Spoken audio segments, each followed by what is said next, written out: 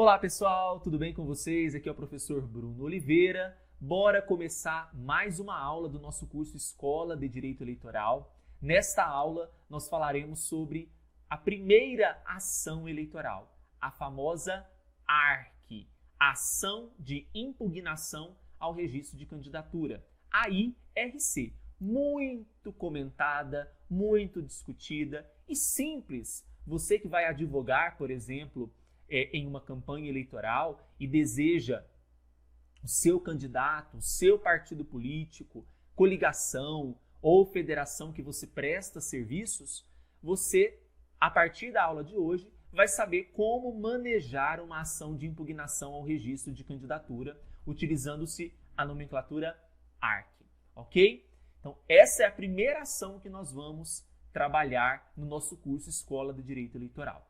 E além dessa aula em vídeo, você tem um material de apoio, um material de apoio contendo o que nós vamos conversar aqui durante a aula, e vou também colocar modelo da famosa ação de impugnação ao registro de candidatura dentro da pasta da aula, certinho? Então, você que não adquiriu o nosso curso, está assistindo o início desta aula e tem interesse, basta acessar o site eleitoralcombruno.com.br para que você possa ter acesso à aula na sua integralidade e todas as aulas anteriores que já foram gravadas, ok? eleitoralcombruno.com.br é o site, certo? Me siga no Instagram também, @professorbrunoeleitoral. Vamos então começar a nossa aula, ação de impugnação ao registro de candidatura. Vamos aqui entender o seguinte: quando eu falo de impugnação de registro de candidatura, eu vou ter alguns legitimados para propor esta ação. Mais à frente nós vamos conversar sobre quem são esses legitimados. Então eu tenho candidatos, partidos políticos, coligações e agora nós temos as federações partidárias. Em nenhum momento eu falei para vocês aqui eleitor. Por quê? O eleitor, propriamente dito, ele não é competente, vamos dizer assim, legitimado para propor uma ação de impugnação ao registro de candidatura. No entanto, existe o que nós chamamos de notícia de inelegibilidade. A notícia de inelegibilidade cabe ao eleitor. O eleitor, diante de uma situação que ele acredita que é uma inelegibilidade, ou seja, algo que obstaculiza, algo que impede aquele indivíduo de ser candidato, ele pode noticiar a inelegibilidade. Essa notícia de inelegibilidade nós estudaremos no próximo encontro. Eu vou apresentar para vocês o que é a notícia de inelegibilidade e todos os pormenores que nós precisamos saber, certo? Então, de um lado, eu tenho os eleitores sendo legitimados para a notícia de inelegibilidade. Do outro lado, nós temos a ação que vamos trabalhar hoje, que é a ação de impugnação ao registro de candidatura. Nesta ação, eu tenho todos aqueles legitimados possíveis para interpor uma ação de impugnação. Aí nós vamos ver daqui a pouco. Partidos, candidatos, coligações, federações partidárias são legitimados para interpor uma ação, certo?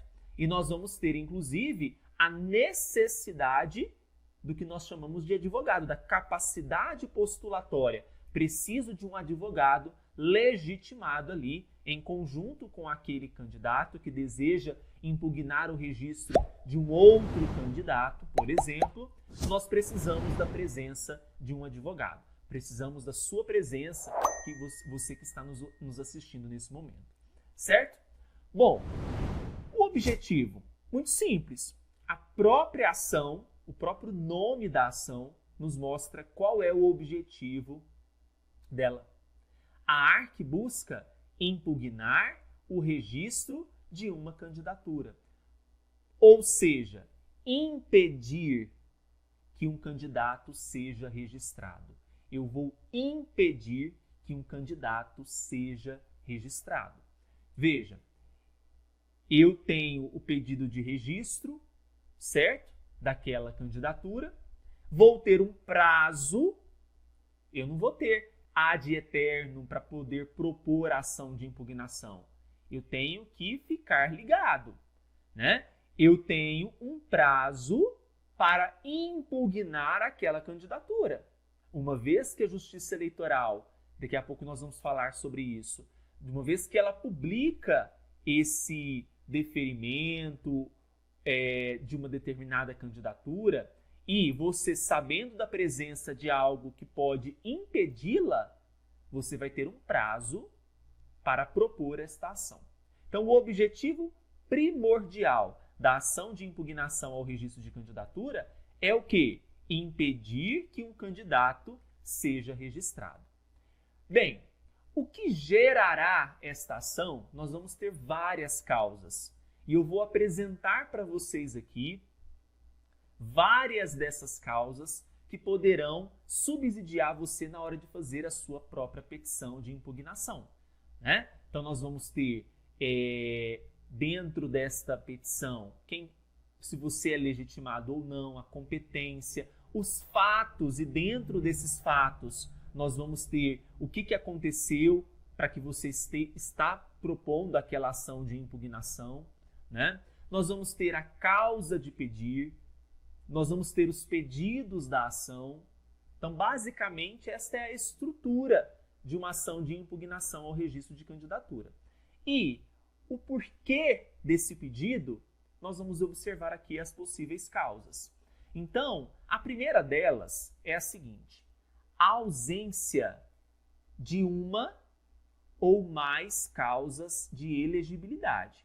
Todos nós sabemos que as causas de elegibilidade estão previstas lá no artigo 14, parágrafo 3º da nossa Constituição Federal. Lá nós estamos diante das condições expressas, dos requisitos explícitos de elegibilidade: alistamento, domicílio eleitoral, filiação partidária, idade mínima, pleno gozo dos direitos políticos.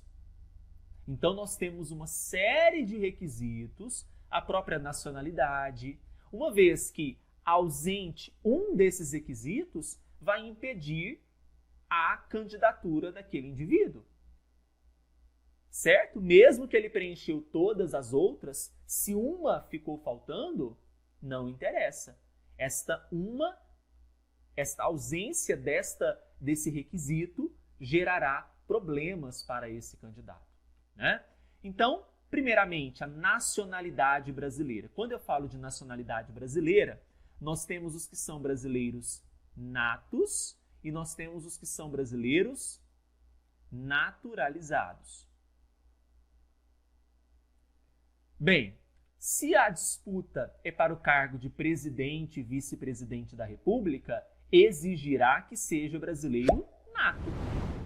Se a disputa é para qualquer dos outros cargos, senadores, deputados, prefeitos, vereadores, governadores, pode ser naturalizado. Para as eleições de 2024, nós estamos falando de eleições para prefeito e vice-vereador, a exigência é que seja brasileiro nato ou naturalizado. Ou seja, ele pode ser brasileiro naturalizado. Não precisa ser, propriamente dito, brasileiro nato. Ele pode ser brasileiro naturalizado. Ok? Somente os nacionais detêm capacidade eleitoral passiva. O que isso significa? Estrangeiro pode ser votado? Não. Os estrangeiros são inelegíveis. Eles não podem ser votados. Eles não possuem a capacidade eleitoral passiva, que é o direito de ser votado. Que isso fique muito claro. Então, somente os nacionais detêm capacidade eleitoral passiva. Ok? Bom, a prova da nacionalidade ela vai ser realizada quando? No alistamento eleitoral. No momento do alistamento eleitoral, que também é uma condição de elegibilidade, é que nós vamos provar a nacionalidade. através dos documentos que são apresentados para o alistamento eleitoral, para que forme ali os dados do eleitor, daquele pretenso nacional que vai se transformar num eleitor, vai preencher os dados para compor o cadastro eleitoral. Então, a prova dessa nacionalidade, ela será realizada na ocasião do alistamento eleitoral. Perfeito? Bom, outra causa de elegibilidade, o pleno, eu havia falado no começo, pleno gozo, né, dos direitos políticos, mas compreende-se aqui como pleno exercício dos direitos políticos. O que isso significa? A não existência de nenhuma causa de suspensão ou ainda de perda dos direitos políticos. A Constituição Federal, no artigo 15, ela veda que no Brasil exista a cassação de direitos políticos, mas ela permite, nas hipóteses do artigo 15, as questões de perda ou suspensão. Então vamos ter momentos em que a situação é de perda de direitos políticos e vamos ter situações que é de suspensão dos direitos políticos, ok? Se não há a presença de nenhuma causa que gere perda ou suspensão dos direitos políticos, está tudo certo. Ou seja, ele está em pleno exercício dos direitos políticos. E muito cuidado para você não confundir suspensão de direitos políticos com inelegibilidade. A suspensão dos direitos políticos bloqueia tanto a capacidade de votar quanto de ser votado. Uma vez que aquele indivíduo ele se torna inelegível, o que é impeditivo para ele é o exercício da capacidade eleitoral passiva, que é o direito de ser votado. Ok? Eu vejo então que a suspensão dos direitos políticos ela é mais ampla que a mera inelegibilidade. Certo? Nós tivemos um caso recente de declaração de inelegibilidade do então ex-presidente da República, Jair Messias Bolsonaro, mas que ele pode votar, porque ele foi declarado inelegível, mas não houve a suspensão dos seus direitos políticos, nem mesmo a perda desses direitos. Ok? Bom, nós temos uma das hipóteses de suspensão é a improbidade administrativa. E uma curiosidade para vocês, que pode ser aí casos, né, de futuras ações de impugnação, é que a suspensão em razão de ato de improbidade administrativa, a improbidade é uma situação